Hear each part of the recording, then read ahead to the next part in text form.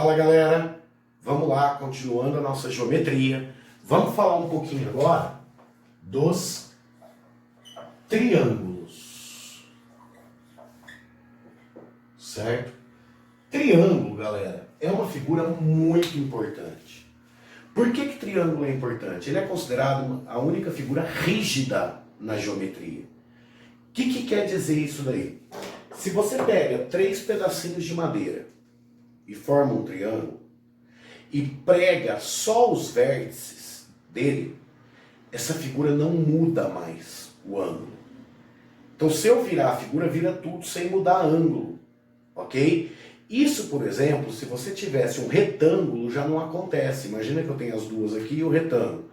Se eu mexo aqui, ele muda o ângulo, se está preso só pelos vértices, com um parafuso, certo? É até por isso que em porteira de fazenda, sim, você tem a porteira retangular e geralmente uma madeira aqui no meio. Você tem isso para transformar em triângulos para evitar que a porteira mexe e aí possa bater no chão ou possa levantar demais. Se você acompanha a construção civil, os telhados são formados, também são feitos na forma de tesoura, que eles falam, que são triângulos, para o telhado não mexer. Torres de alta tensão, você pode ver que na torre sempre tem segmentos passados assim, ó, para formar triângulos, para a torre não mexer, não ficar instável. Então o triângulo é muito importante. Então triângulo, 3 ângulos. Então é uma figura que tem 3 ângulos, ok? Então, por exemplo, eu tenho um triângulo aqui, ó, A, B, C, certo? Esse triângulo tem 3 ângulos. Vamos ver os ângulos. Eu tenho um ângulo aqui, ó, alfa. Eu tenho um ângulo aqui, beta. Certo? E eu tenho um ângulo aqui, teta. Teta. E quanto que vale a soma dos ângulos internos do triângulo? Ah, Thiago, isso é fácil, eu vi lá desde o fundamental, a soma dos internos é 180. Isso, realmente, 180. Mas minha pergunta é a seguinte, por que é 180? Então, galera, olha só, vamos usar o que a gente já estudou. Na aula anterior, a gente viu as retas paralelas cortadas por transversal, certo? Na playlist lá do YouTube vai estar na ordem, ok? Então, nesse ponto aqui, eu peguei e tracei uma paralela ao lado BC. Ok?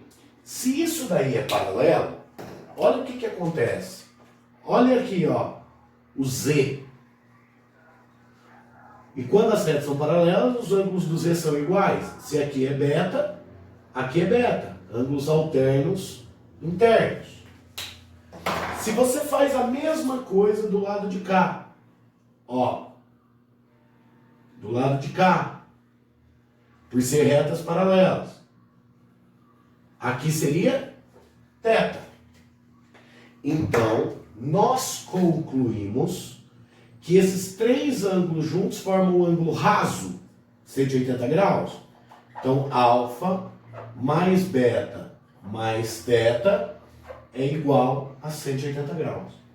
Com isso, a soma dos ângulos internos do triângulo sempre é 180 graus. Ok? Ótimo. Agora, se nós pegarmos o nosso triângulo, certo? E não vou dar destaque agora para os ângulos internos, ó, alfa, beta e teta. Mas sim, eu vou prolongar os lados do triângulo. Ó, prolonguei. E a hora que eu faço esse prolongamento, eu crio, por exemplo, um ângulo Azinho, crio um ângulo Bzinho e crio um ângulo Czinho. Certo? Esses 3 ângulos são chamados ângulos externos do triângulo. E qual a grande definição? A definição é que um ângulo interno mais o ângulo externo adjacente a ele, consecutivo a ele, né? Adjacente, isso dá 180 graus. Para ser ângulo externo, tem que formar 180 graus com o de dentro, que está do ladinho dele. Senão não é externo. É uma coisa que eu falo muito, que as pessoas falam, tá bom, Thiago, não precisa falar mais. Mas olha só, às vezes tem essa situação aqui, o cara fala, opa, isso daqui é ângulo externo, então ele é esse mais esse. Não é. Para ser ângulo externo, ele tem que formar 180 graus com o de dentro. Então, tudo que seria o ângulo externo. Ok? Então, presta atenção nisso, que muita gente erra exercício por causa disso. Não verifica se está formando 180 graus com o de dentro. Galera, se é assim, eu sei que o quê? Que alfa mais A é 180. Eu sei que beta mais B é 180. E eu sei que θ mais C é 180. Agora, olha o que eu vou fazer. Eu vou somar essas equações. Então fica alfa mais beta mais θ mais A mais B mais C igual a 540. Galera, quem que é alfa mais beta mais θ? Não é a soma dos internos? 180? Então isso daqui é 180 graus, que é a soma dos internos. Sendo assim, vou pegar esse 180 e vou jogar para o lado de lá. Então isso vai ficar aqui Azinho mais Bzinho mais Czinho igual a 360 graus. Azinho mais Bzinho mais Czinho não são os ângulos externos? Então nós sabemos que a soma dos ângulos externos é igual a 360. Sempre, em qualquer triângulo. Então, galera, em qualquer triângulo, a soma dos internos é 180. Soma dos externos, 360. Beleza? Só que olha uma outra coisa que nós podemos fazer. Nós podemos pegar, falar que o alfa mais A vale 180. E nós sabemos que alfa mais beta mais θ também é 180, que é a soma dos internos. Ótimo, sabemos isso mesmo. Galera, não é igual a 180? Então quer dizer que essa parte é igual. Então alfa mais Azinho é igual a alfa mais beta mais θ. Ó, um alfa de cada lado. Então o Azinho é beta mais θ. E aí, a gente percebe o quê? O Azinho é o ângulo externo. Beta e θ são os dois ângulos o quê? São os dois ângulos internos que estão longe dele, né? Então a gente fala que um ângulo externo é a soma dos dois internos que estão longe dele. Certo? Então como que ficaria o Bzinho? Como que ficaria o Bzinho? Quem que são os internos longe dele? O alfa e o θ. Certo? Quem seria o Czinho? Aqui, o Czinho é esse ângulo externo. Quem que são os internos longe dele? Alfa e beta. Então, alfa mais beta. Ok? Então, nós definimos três coisas interessantes até agora. Soma dos ângulos internos de um triângulo, 180. Soma dos ângulos externos, 360. E que cada ângulo externo é a soma dos dois internos que estão longe dele, que não estão grudados nele. Lembrando mais uma vez, ângulo externo é aquele que forma 180 graus com o de dentro. Então esse daqui tem que formar 180 graus com esse daqui. Esse daqui tem que ser suplementar a esse daqui. E assim por diante. Ok? Falado essa primeira parte, nós podemos ir para uma outra fase de triângulo. Nós podemos classificá-los, ok? Então vamos falar um pouquinho agora da classificação dos triângulos. E quais são as classificações de triângulo, hein? Vocês lembram aí? Tá puxando na memória? Tá ou não tá? Triângulo tem dois tipos de classificação. Primeiro, quanto aos ângulos. E quanto aos ângulos, como que o triângulo pode ser classificado? Ele pode ser classificado em acutângulo, em retângulo e em obtusângulo. Certo? Obtusângulo. Beleza? O que é um acutângulo? É aquele que tem três ângulos agudos. E o que é um ângulo agudo? É aquele ângulo que é maior que 0, menor que 90. Retângulo tem um ângulo reto e dois ângulos agudos. Lembrando que o ângulo reto é o de 90 graus. E o obtusângulo tem um ângulo obtuso e dois ângulos agudos. E o que é o ângulo obtuso? É aquele ângulo maior que 90, menor que 180. Ok? Então, como que ficariam os desenhos desses triângulos? O acutângulo, ó, é um triângulo assim, ó. Três ângulos agudos. Retângulo tem que ter um ângulo reto e os dois agudos. E obtusângulo, um ângulo obtuso, que seria esse daqui. Beleza? Sem problemas?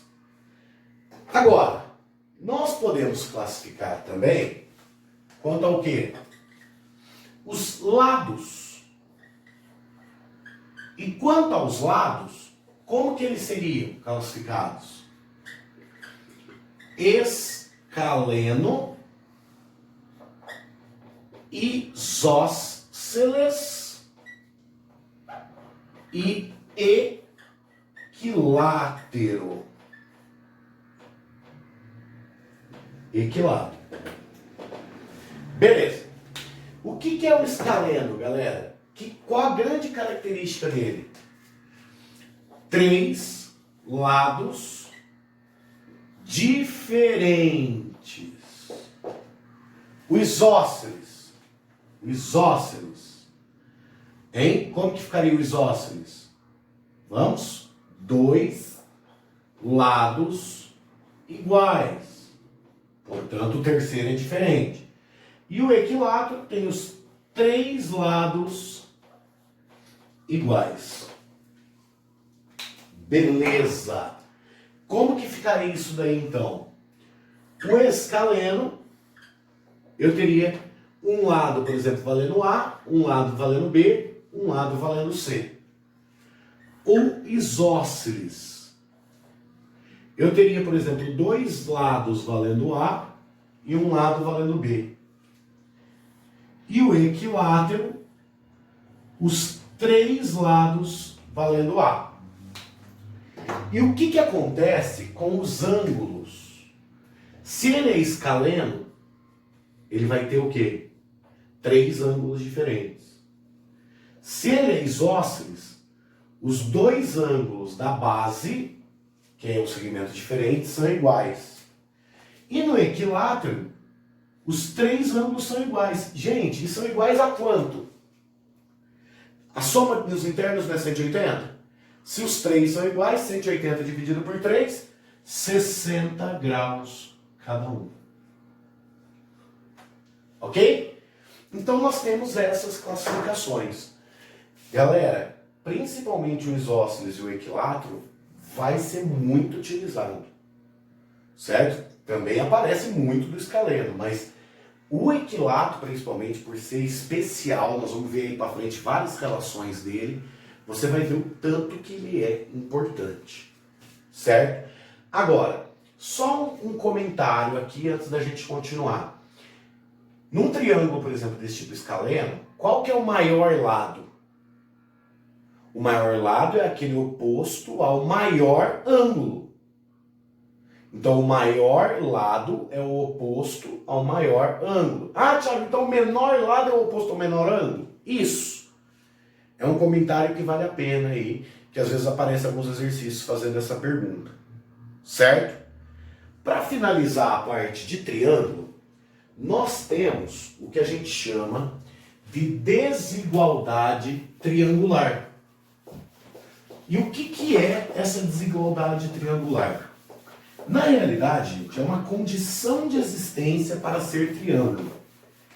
E isso fazia um tempinho que não aparecia, mas começou a aparecer nas provas aí dos vestibulares, certo? Então, o que é? Eu gosto de chamar de condição de existência para triângulo. Mas o nome é desigualdade triangular. Ok? E o que é essa desigualdade triangular? É a condição de existência. Então imagina que eu tenho aqui um triângulo ABC e tenho os ladinhos Azinho, Bzinho e Czinho. Galera, será que quaisquer três medidas que eu pegar vai formar triângulo? Não. Tem que obedecer uma relação. Não adianta pegar três valores quaisquer e falar, aqui forma triângulo. Que não vai formar. Para formar triângulo, o que tem que acontecer? Cada lado tem que ser maior que a subtração dos outros dois e menor que a soma dos outros dois. Certo? Então, cada lado tem que ser maior que a subtração, menor que a soma. Cada lado tem que ser maior que a subtração, menor que a soma. Aqui eu coloquei em módulo só para não pegar o negativo, porque não vai importar, tá? O que importa é a diferença. Então, gente, isso é o que tem que acontecer para esse triângulo. É a chamada desigualdade triangular, a condição de existência para triângulo. Beleza? Então, de uma maneira rápida, nós falamos um pouquinho dos triângulos e espero que tenha ficado claro aí para vocês. Beleza? Valeu!